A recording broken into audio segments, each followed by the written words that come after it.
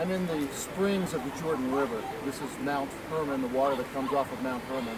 This is the area of Ceasarea Philippi. It was in this area where Jesus spoke to his disciples. After feeding the 5,000, after his ministry was coming to its peak, after the feeding of the 5,000, Jesus took his disciples to this northern place of Israel, far away from everyone else, far away from the Jewish religious leaders that were seeking to bring accusation against him. And he shared with them and asked them this question: who do men say that I am? In the backdrop of the mountain behind me, which was a temple to Caesar Augustus, and in its background in the Greek era was a temple to the pagan god Pan, and in the Old Testament area, a place where Baal was worshipped, Jesus asked that question, who do men say that I am? And Peter replied, you are the Christ, the Son of the living God.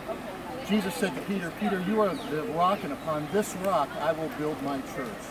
This word, this message, this gospel, that Jesus is the Messiah, that Jesus is the Savior, is the foundation of the church. And it was first spoken here in an area of Gentile pagan worship.